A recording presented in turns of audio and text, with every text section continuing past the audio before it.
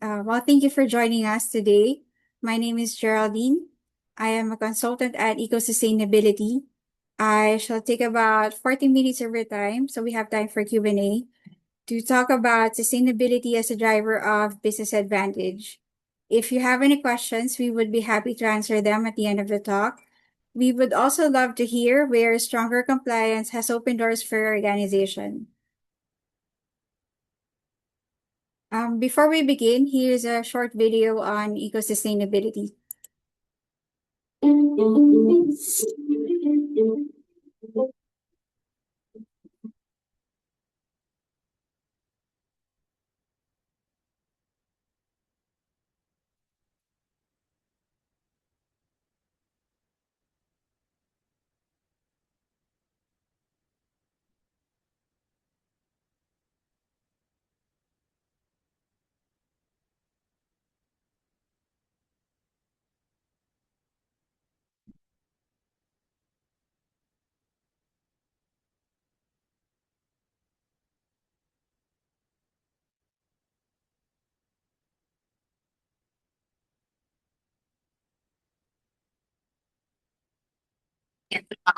Ay, Miss Anne, walang audio? All right. Okay. Eco-sustainability is a consultancy firm headquartered in Singapore. We have at least 21 consultants, and we are present in 5 other countries, namely Malaysia, the Philippines, Indonesia, Thailand, and Cambodia. Our services include sustainability reporting, consulting, carbon credit training, and policy advisory. So we at EcoSustainability are not merely standard users, but are standards contributors. We are standards contributors to 17 standards. We help shape the standards. We are standards contributors to the ISSB, VERA, SASB, SBTI, GHG Protocol, and TNFD. Just a few housekeeping notes. The session is being recorded for learning purposes. And please no note taking. Also, please keep your microphones muted to ensure clear audio, but you can turn on your videos if you want to. At the end of the talk, I hope we have learned how sustainability can go beyond compliance, becoming a strategic advantage that drives innovation, strengthens brand reputation, and creates long-term business value. So for this morning, I will talk about sustainability beyond compliance. Sustainability in business, sustainability as a driver of business advantage, driving sustainability in business, case studies on sustainability in business, and success stories on ISSP sustainability reporting.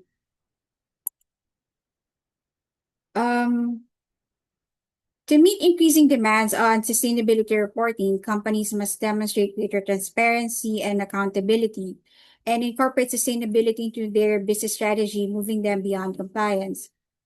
Incorporating sustainability into the company's business strategy is no longer an option, but a necessity for a company's long-term success. Companies which do not risk falling behind. Sustainability is shaping the way companies operate and compete, aligning their core operations with an increasingly sustainability conscious world. Sustainability in business refers to the impacts of companies on society and the environment, and a sustainable business strategy positively impacts one or both. However, Harvard Business School professor Rebecca Henderson notes that businesses cannot do good in the world if they are not doing well financially. Doing good and doing well are closely connected, and successful business strategies do both. Companies that incorporate sustainability into their business strategies, not only address the world's most pressing problems, but also drive value creation and long-term growth. So, sustainability as a driver of business advantage. Incorporating sustainability into the company's business strategy can prevent operational disruptions, as it helps the company anticipate and manage risks. A company with a sustainable supply chain is less likely to be affected by resource availability, or price fluctuations. While a company conducting improper business practices could see its reputation damaged and may even lose business because of it. As investors are increasingly prioritizing long-term value over short-term gains, purpose-driven companies now appear to be good investments more than ever. Transparency in a company's sustainable practices has become non-negotiable for investors. There's a study, the 2024 Connected Impact Transparency Index.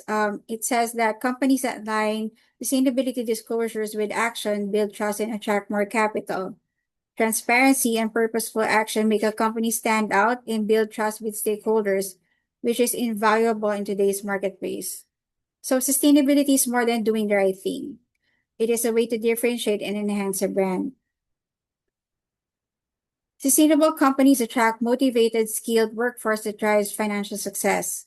Being sustainable gives employees a sense of security and inspires loyalty and engagement, thereby increasing productivity.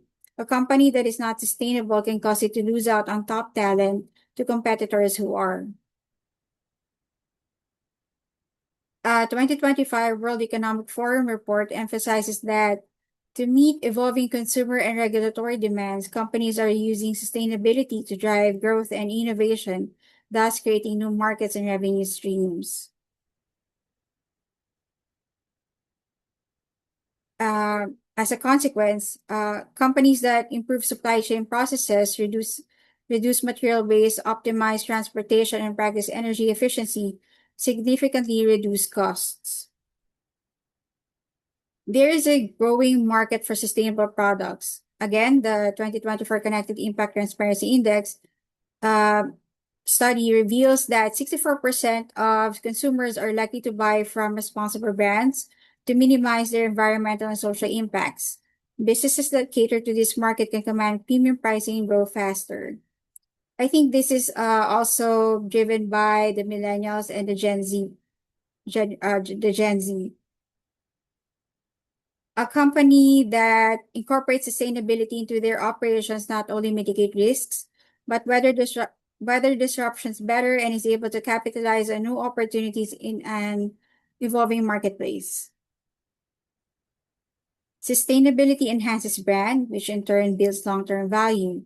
The 2025 Brand Finance Global 500 report highlights how brands that invest in sustainable practices attract loyal customers and earn investor confidence. As consumers, investors, and governments demand for sustainability set to increase, incorporating sustainability into a company's business strategy is vital for a company to remain relevant in the coming years, especially with the growing population of millennials, Gen Z, Alpha, Beta. Driving sustainability in a company has challenges, including lack of commitment from the board, little accountability, sustainability teams having no authority to implement initiatives, and skill gaps. Because sustainability reporting is fairly new to everyone, so everyone is still learning. Driving sustainability in a company requires transformation of every area of their business. And to stay competitive, a company must continuously improve its data management, risk assessments, and sustainability. This is where sustainability reporting comes in. Sustainability reporting aids a company incorporate sustainability into the financial decision making to build a resilient and sustainable business. So what is sustainability reporting? Sustainability reporting is the public disclosure of a company's impacts, risks, and opportunities to help stakeholders make informed decisions based on the company's sustainability and long-term value. There's a study by Bank of America Global Research. They found out that sustainability information was the only reliable predictor of earnings per share volatility, better than traditional measures such as return on equity. Companies which perform better in terms of sustainability experience the lowest EPS volatility in a 5-year period, while those with the worst environmental, social, and governance records had an average of 92% volatility. Empirical research from the University of Oxford found that 90% of studies on the cost of capital show that sound sustainability standards lower the cost of capital for companies. So standards are really important when choosing which to base one's sustainability reporting. The International Sustainability Standards Board, or ISSB, was created under the International Financial Reporting Standards, or IFRS Foundation, at COP26 to bring the same discipline to sustainability reporting that IFRS brings to financial reporting. ISSB published its first standards, IFRS S1 and S2, in June 2023. Like I said, this is fairly recent. The first global standards for investor-focused sustainability reporting. Now let's take a look at case studies on sustainability in business. Apple is the most Apple is the most valuable brand in the world for 2025. It is followed by Microsoft, Google, Amazon, and Walmart. Apple has the highest sustainability perception value of any brand, but its position at the top is not an assessment of its actual sustainability performance. Apple has in fact been criticized for labor conditions in their production facilities, their links to conflict zones in the sourcing of minerals, because of course, with our iPhones, we need gold and they have to source gold, among other minerals, and their greenhouse gas emissions.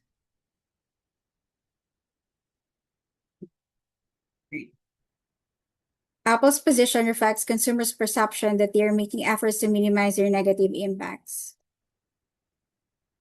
This is mainly due to Apple branding itself as a leader in sustainability through their ambitious Apple 2030 goal, which is to make every product carbon neutral, focusing on renewable energy, recycled materials, and supply chain decarbonization. The brands that are best perceived to be sustainable are the brands that explicitly make sustainability part of their branding. On the other hand, actual sustainability performance and perceived sustainability are not always aligned, as in the case of Microsoft. Microsoft is a leader in sustainability performance, but sadly, consumers do not perceive them as such. There's also not a statistically significant correlation between actual sustainability performance and perceived sustainability. While Microsoft is widely recognized for their aggressive high-level environmental targets, one of the best, or if not the best, our research suggests that the company's branding do not fully leverage their sustainability performance compared to other brands. Brands that do not communicate their sustainability performance to their stakeholders fail to maximize their branding, reducing brand value. That is why communicating one's sustainability performance is a must to create long-term business value. I think what Microsoft is doing is called greenwashing, which is the opposite of greenwashing. Now let us take a look at Cirque du Soleil. Cirque du Soleil aims to have a positive impact on people, communities, and the planet using the things,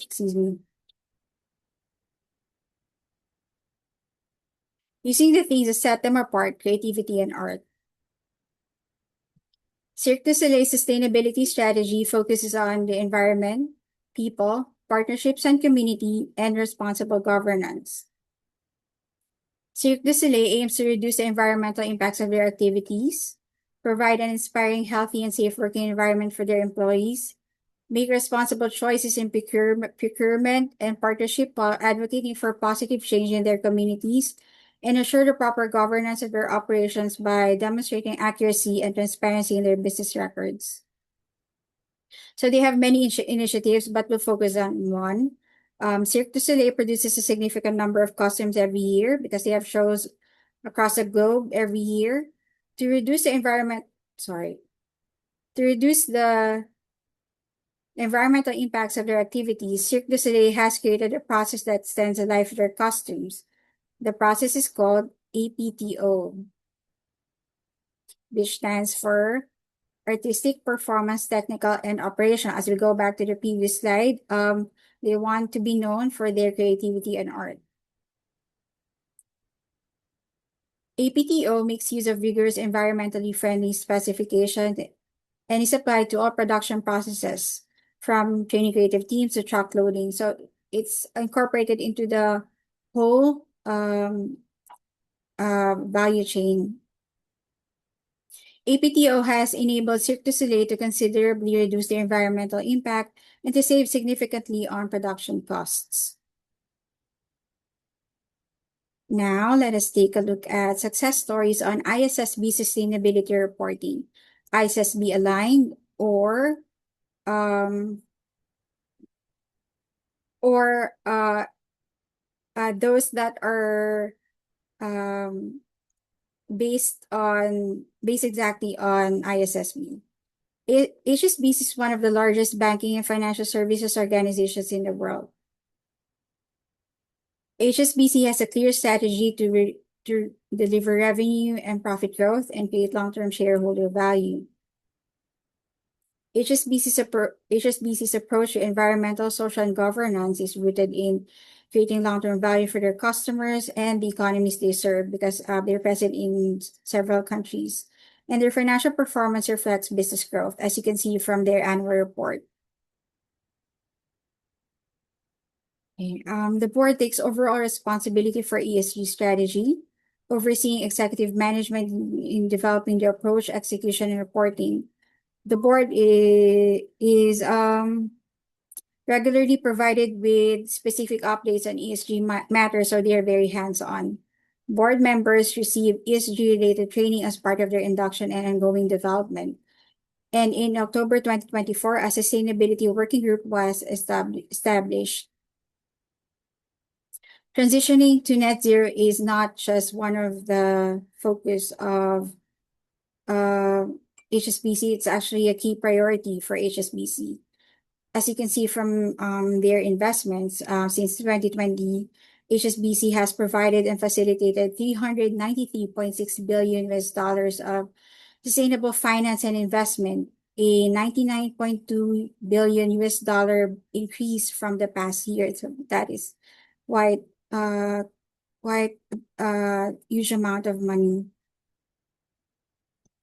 HSBC believes the transition to net zero will help make the global economy stronger and more resilient against climate impact. So it's not just for the company, but for the economies they serve. HSBC enhanced their assessment of the impacts of climate change on capital, focusing on credit, market, and operational risk. HSBC enhanced their climate scenario analysis to assess risks under different temperature pathways. So they created scenario analysis for a 1.5 degree Celsius pathway, 2 degrees Celsius pathway, even 3 degrees Celsius pathway.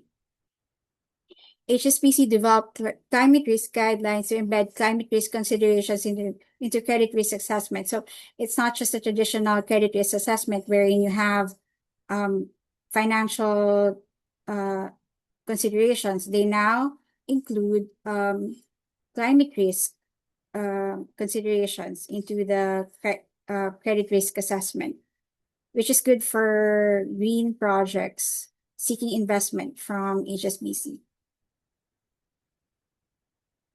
In 2020, HSBC set an ambition to achieve net zero in their operations and supply chain by 2030.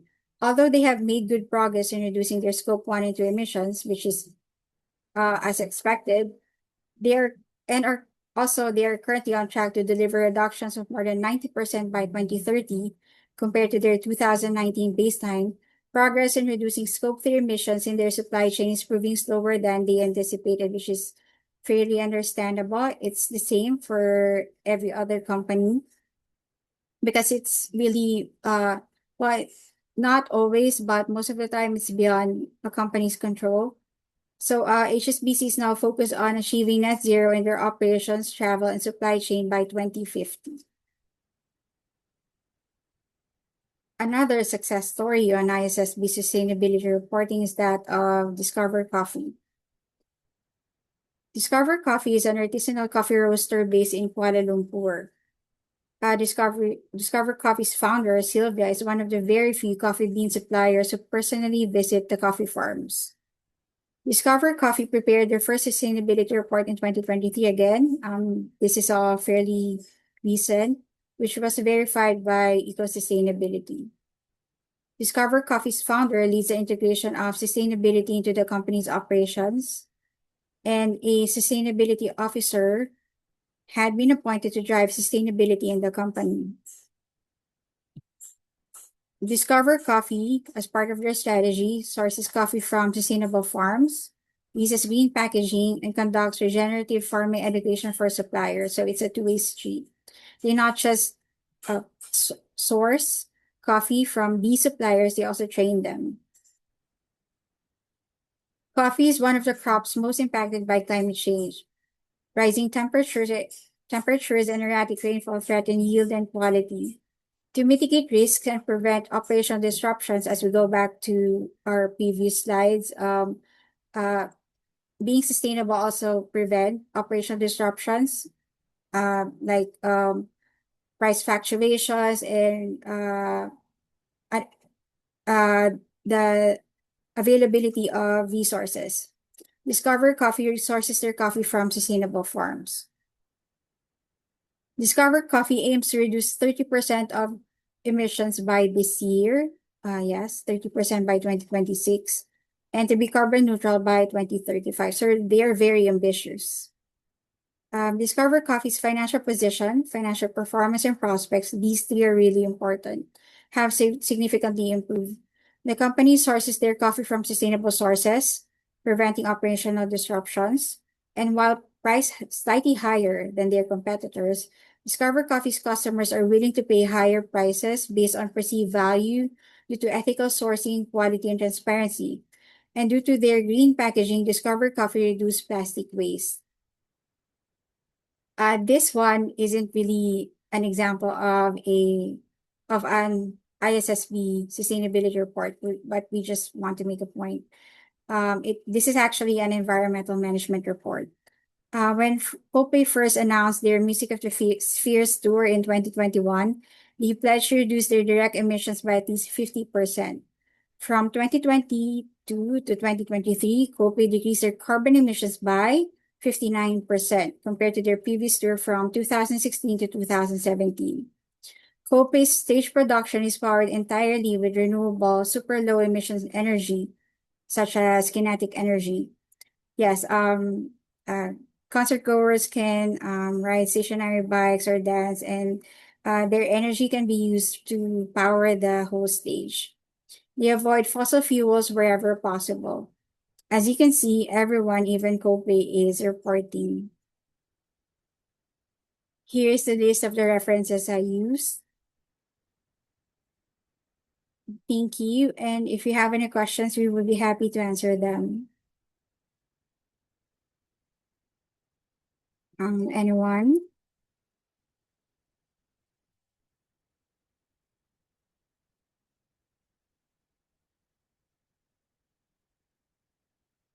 Um, Sorry.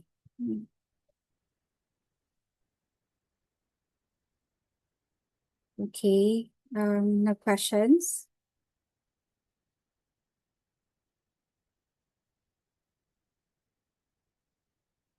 Mm,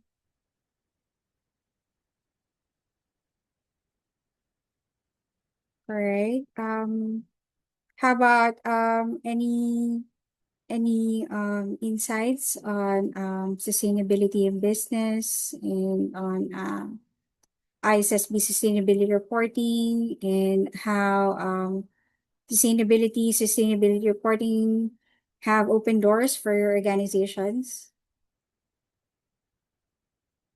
Anyone? Um,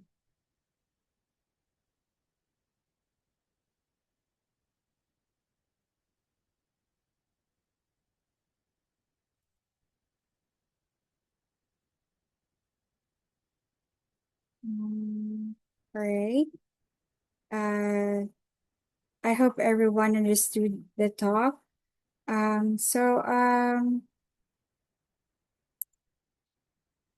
Okay, we run free talks every Monday, either at 11 a.m. or at 8:30 p.m. Singapore time, covering a wide range of sustainability topics, and they are open to everyone. For more details on our upcoming sessions, please check out our website at ecosustainability.group/events. Please join our LinkedIn and WhatsApp community for the latest updates. You may scan the QR codes. All right.